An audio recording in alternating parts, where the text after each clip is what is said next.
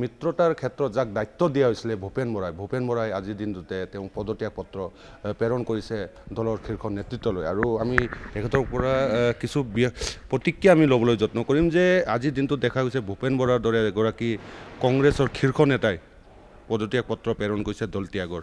হয়তো মিত্ৰতাৰ ক্ষেত্ৰত যি আপোনালোকৰ আলোচনা চলি আছে, হয়তো ইয়াত ক'ৰবাত নহ'লে ক'ৰবাত আকৌ পুনৰ থমকি নাই, আমাৰ মিত্ৰতাটো থমকি নৰয়। ৰাজনীতিক ক্ষেত্ৰখনত বহুত বিভিন্ন ঘটনা পৰিঘটনা চলি থাকে। ৰাজনীতিত মানে অসম্ভৱ বুলি কথা নাই, ৰাজনীতিত যিকোনো সম্ভৱ হ'ব পাৰে। গতিকে মিত্ৰতাৰ ক্ষেত্ৰত কোনো আউল নালাগে। দায়িত্ব দিছিল ভূপেন বৰা ডাঙৰীয়াক, আৰু তেখেতৰ এইটো ইণ্টাৰনেল কথা, এইবিলাক আমি কথা পাতিব বিচৰা নাই। কিন্তু আমি ৰাইজে বিচৰাৰ ধৰণে ঐক্যবদ্ধভাৱে বিজেপিৰ বিৰুদ্ধে যুঁজিবলৈ কাৰণে অলৰেডি আমি আগবাঢ়িছোঁ। ইতিমধ্যে সৌহাৰ্দ্যপূৰ্ণ এটা আলোচনা হৈছে। অকল চিট শ্বেয়াৰিংটো অলপ সময় লাগে যিকোনো মিত্ৰতাত। আজি বিজেপি, গণ পৰিষদ বা UPPL, BPF তেওঁলোকৰ আজিলৈকে মিত্ৰতাৰ কথা তেওঁলোকে এতিয়ালৈকে কথা পতা নাই। চৰকাৰত থাকিব পাৰে, চৰকাৰ থকাটো বেলেগ, কিন্তু তেওঁলোকৰ মিত্ৰতা কোনো ধৰণৰ আগবঢ়া নাই। কাৰণ ক'ৰবাত আমি দেখিছোঁ গণ পৰিষদে ক'ৰবাত বিদ্ৰোহ কৰিছে বিজেপিৰ বিৰুদ্ধে, বা ক'ৰবাত বিজেপিও টিকেট বিচাৰিছে গণ পৰিষদৰ জেগাত, বা BPFৰ লগত কি হ'ব, UPPৰ লগত কি হ'ব, এইটোতো স্পষ্ট হোৱাই নাই। কিন্তু আমি যিহেতু বিৰোধী দলত থকা হিচাপে ইতিমধ্যে আমাৰ আলোচনা হৈছে। কংগ্ৰেছ, ৰাইজৰ দল, অসম জাতীয় পৰিষদ, CPI, CPIML, APHLC আমি সকলোৱে ইতিমধ্যে সৌহাৰ্দ্যপূৰ্ণ এটা আলোচনাত আমি ঐক্যবদ্ধভাৱে এই 2026 চনৰ নিৰ্বাচনটো প্ৰতিষ্ঠা কৰিম। ইতিমধ্যে আমি একমতত আমি উপনীত হৈছোঁ। তাৰ লগে লগে এতিয়া চিট শ্বেয়াৰিঙৰ কথাটো আহিছে। চিট শ্বেয়াৰিঙত কোনটো আমি খেলিলে আমি জিকিম, আমি বিজেপিক মিত্ৰজোঁটক হৰাব পাৰিম, কোনটো চিটত কংগ্ৰেছে খেলিলে জিকিব বা বিজেপি মিত্ৰজোঁটক হৰাব পাৰিব, বা ৰাইজৰ দলে বা আন আমাৰ যিবিলাক সহযোগী দল কেনেকৈ আমি নিৰ্বাচনটো জিকিব পাৰে, সেই কথাত কিছুমান এৰা ধৰাৰ মাজত আমি টনা ওজৰা অলপ হৈছে। থাকিব এইটো টনা ওজৰা, কাৰণ মানে চবে খেলিব বিচাৰিব, চবে সমষ্টিটো নিজৰ দলৰ কৰি ল'ব পাৰিলে ভাল পায়। গতিকে এইবিলাক চলি আছে। গতিকে মই ভাবোঁ নিৰ্বাচনৰ কাৰণে এতিয়াও মোটামুটি 2 মাহ আছে। সেইটো তথাপিও হয়তো অলপ পলম হৈছে যি ধৰণে ঘোষণা 2016 চনৰ ইতিহাসটো আপোনালোকে চাওক। 2016 চনত বিজেপি আৰু AJPৰ কেতিয়া এলায়েন্স হৈছিল? একদম শেষ মুহূৰ্তত নহয় জানো? শেষ মুহূৰ্তত বিজেপি আৰু AJP 2016 চনৰ এলায়েন্স মানে 1.5 মাহমান আগত হৈছিল। এতিয়া বৰ্তমান আপোনালোকৰ বিৰোধী যি মিত্ৰ দল আছে, যিসকলে ঐক্যবদ্ধভাৱে এইবাৰ নিৰ্বাচন খেলাৰ আপোনালোকে হয়তো চিন্তা চৰ্চা কৰিছে, ইয়াৰ মাজত কিছু আকৌ ৰাজনৈতিক দলে মাজে মাজে তেওঁলোকে প্ৰাৰ্থী ঘোষণা কৰি দিয়ে। APLC হওক বা ৰাইজৰ দলেই হওক, তেওঁলোকে ঘোষণা কৰি দিয়ে। কোনো ধৰণৰ মানে আপোনালোকৰ ধৰক আলোচনাৰ ক্ষেত্ৰত হয়তো তেওঁলোকৰ আস্থা নাই, যাৰ বাবে এনেদৰে ঘোষণা কৰি দিয়ে। কি কয়? আস্থাৰ কথা নাই। আমাৰ এতিয়া মোটামুটি আমি খেলিব পৰা 33-40জন মানুহ আছে। 33 বা 40টা সমষ্টি আছে। আমি তাত সকলো 40টাত আমি খেলিলে আমি জিকিম জানো? নিজিকিম নহয়। কিন্তু আমি বাৰ্গেনিং কৰিছোঁ, আমি টেবুলত আলোচনা কৰিছোঁ, তেওঁলোকেও বাৰ্গেনিং কৰিছে। আমি মোটামুটি 26টা সমষ্টিত আমি খেলিবলৈ প্ৰস্তুত। তো 26টাৰ পৰা আজিৰ দিনত AJP 26খন আসন বিচৰা নাই। আমি কৈছোঁ যে 26টা সমষ্টি আমাৰ কাৰণে উপযুক্ত। এইটো আমি যদি 26টাত খেলোঁ আমি একদম ভাল ৰিজাল্ট কৰিব পাৰিম।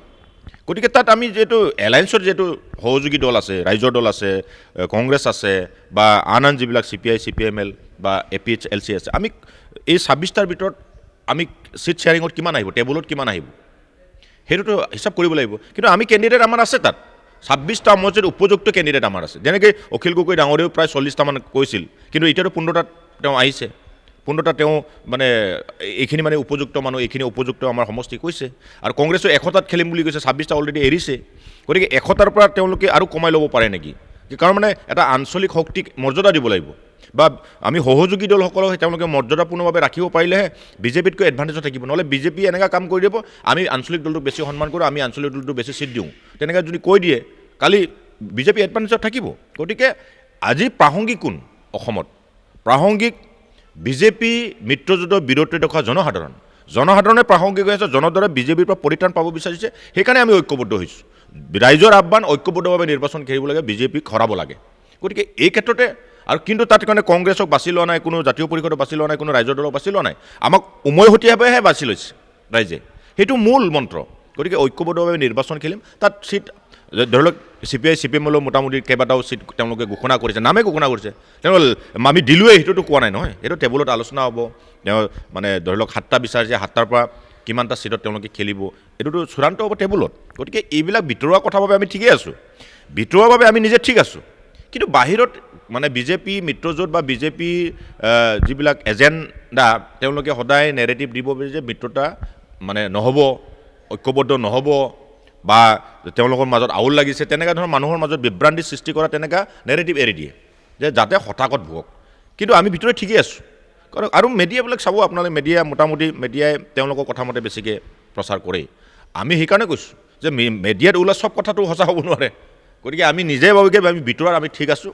আৰু ৰাইজৰ যিটো আহ্বান যে ঐক্যবদ্ধভাৱে বিজেপিৰ বিৰুদ্ধে যুঁজিব লাগে, আৰু বিজেপিৰ বিৰুদ্ধে যদি ঐক্যবদ্ধভাৱে যুঁজে তেতিয়াহ'লে বিজেপি এবাৰ চৰকাৰ আনিব নোৱাৰে। বিৰোধী আজিৰ দিনটো দেখা গৈছে কংগ্ৰেছৰ এগৰাকী প্ৰভাৱশালী নেতা ভূপেন বৰা তেওঁ পদত্যাগ পত্ৰ প্ৰেৰণ কৰিছে তেওঁলোকৰ শীৰ্ষ নেতৃত্বলৈ।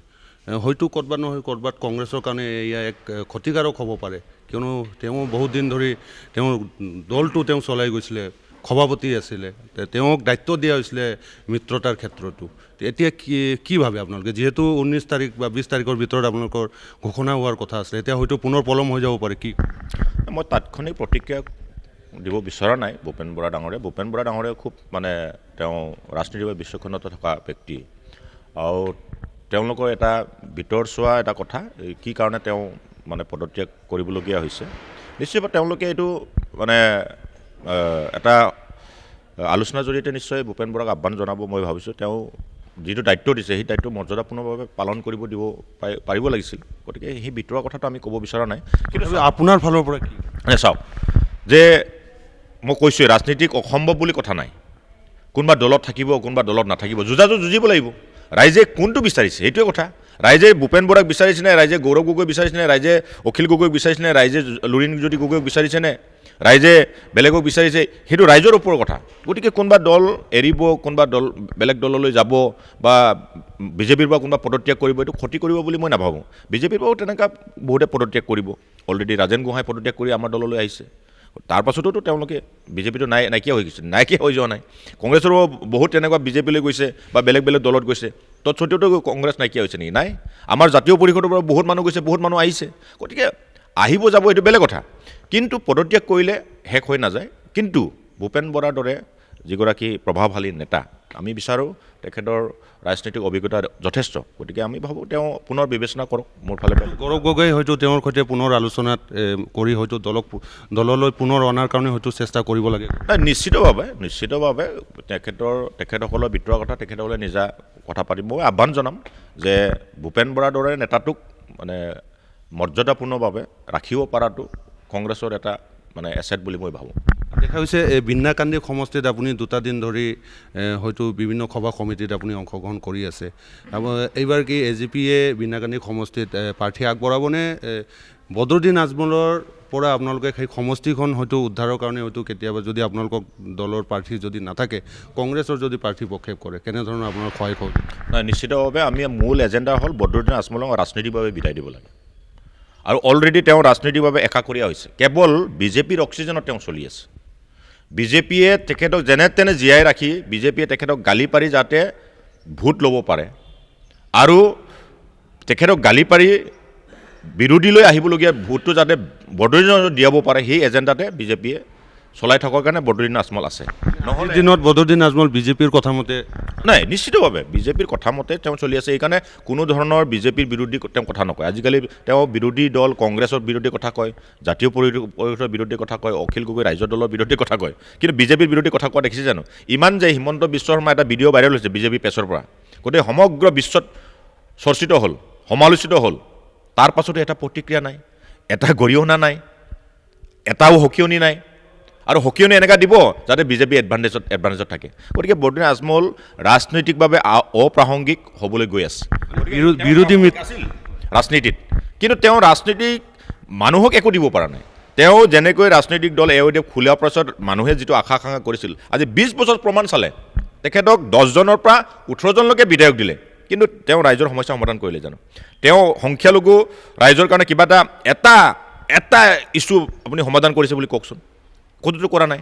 কিন্তু তেওঁ আৱেগিকভাৱে ধৰ্মীয়ভাৱে মেৰুকৰণ কৰি ভোটটো লয়, জিকি যোৱাৰ পাছত তেওঁ কোনো ধৰণৰ সমস্যা সমাধান নকৰে, আৰু ইমান বিজেপিয়ে তেখেতক শত্ৰু নিচিনা গণ্য কৰি থকা দেখাওঁতে ভাল যে 100 কিলোমিটাৰ দূৰত ৰাখিম কৈছিলে হিমন্ত বিশ্ব শৰ্মাই, কিন্তু বিধানসভাৰ ভিতৰতে এতিয়াওতো কেইবাগৰাকী MLA আছে, 15জনমান MLA আছে নেকি? নাই জানো? 15জনমান MLA এতিয়াও আছে। বদৰুদ্দিন আজমল এইবাৰ 10 লাখ ভোটত হাৰিছে, কিন্তু আকৌ তেখেতক আকৌ জীৱিত কৰি ৰাখিবৰ কাৰণে বিজেপিয়ে চেষ্টা কৰি আছে। কাৰণ চাওক, তেখেতৰ ৰাজনীতিক ক্ষেত্ৰখনত মানে বিজেপি সহায় নহ'লে তেওঁ কেতিয়াও মানে আগবাঢ়িব নোৱাৰিলেহেঁতেন। তেওঁ বেপাৰ বাণিজ্য তেখেতৰ ঠিকেই আছে, তেওঁ মৌলানা চাহাব হিচাপে ঠিকেই আছে, তেখেতৰ নিজৰ ব্যক্তিগত অনুষ্ঠান প্ৰতিষ্ঠান ঠিকেই আছে, আমি বেয়া পোৱা নাই, ব্যৱসায় বাণিজ্য ভালকৈ চলি আছে। আজি বিজেপিয়ে ইমান যদি শত্ৰুক গণ্য কৰা হ'লেহেঁতেন, এই চচলত যে খিলঞ্জীয়া মানুহক উচ্ছেদ কৰিলে, কিন্তু বদৰুদ্দিন আজমলৰ আইডিয়েল ভিউটো কিয় উচ্ছেদ নকৰে?